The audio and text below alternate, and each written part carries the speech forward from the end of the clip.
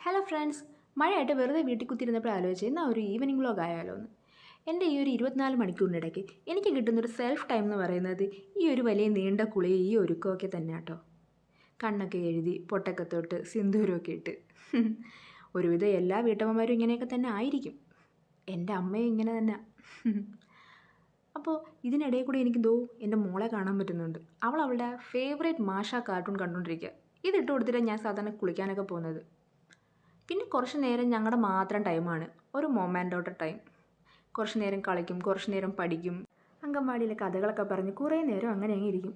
മോളായതിനു ശേഷം എനിക്കുള്ള സമയത്തിൽ ഒരു മുക്കാൽ ഭാഗം അവളുടെ കൂടെ തന്നെയാണ്, ബാക്കി ഭാഗം അടുക്കളയിലും.